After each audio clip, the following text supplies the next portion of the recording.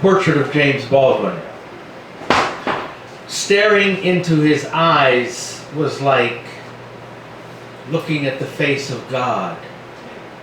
The eyes belonged on top of pyramids. Floods rolled across his brow. What he did not say was a whirlwind. His smile, a burning bush.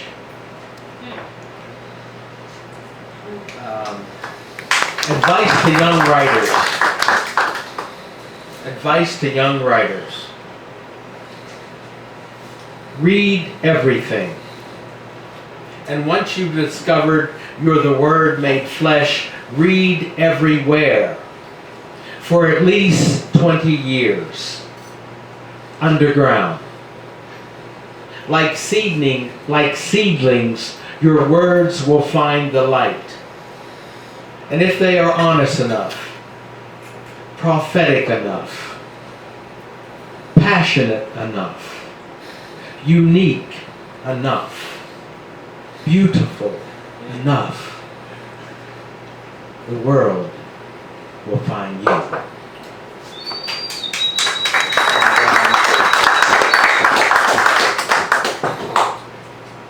I'll end with this poem. Wearing Our Wounds. Someone once asked Ernest Hemingway, what does it take to be a great writer?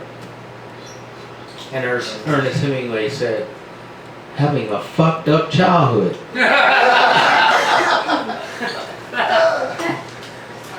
Wearing Our Wounds. At 12, in back of our house, there was a trash pit filled with downed tree limbs, old tires, twisted plumbing, shards of rusting metal. Nodding over this depression stood an old tree, weathered, worn, and deformed.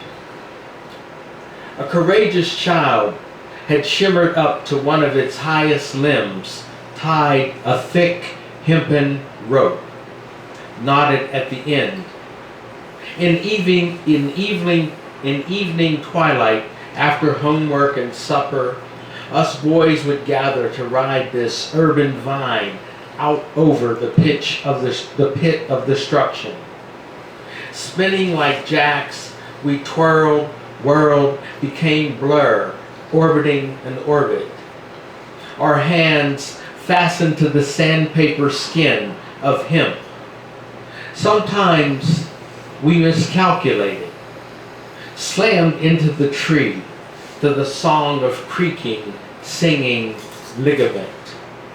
Sometimes we fell screaming into the pit of hell, climbed out, wearing our wounds like combat medals, limped home, bleeding and bruised, where mamas waited like angels to heal the hurt. Send us back into the world in a month of tomorrows, gleaming like a new penny.